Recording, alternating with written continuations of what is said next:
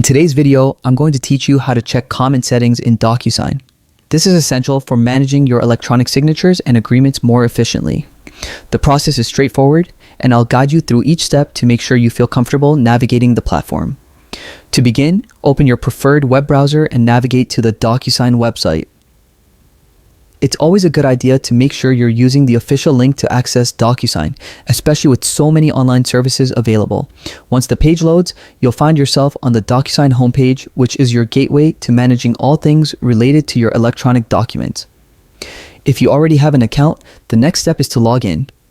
Look for the login button, usually located in the top right corner of the page. Click it and enter your credentials. If you're not yet a member, you'll need to create an account first. For returning users, simply enter your email and password. Once logged in, you'll be directed to the DocuSign home interface, which serves as the central hub for handling your documents and agreements. From the home interface, locate the admin sections. This is where all the magic happens when it comes to configuring and fine-tuning your account settings for a smoother workflow. Click on the admin option, and you'll be taken to a dashboard that offers a variety of administrative controls and settings. Within the admin portal, the next step is to find and click on Comments.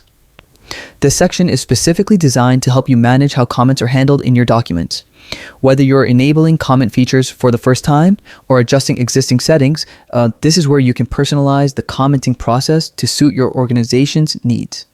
And there you have it, a walkthrough of how to check your comment settings in DocuSign.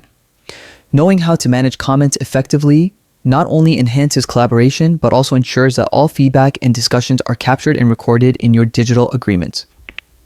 If you run into any challenges or need further clarification, DocuSign's help resources are always available for support. Thanks for watching.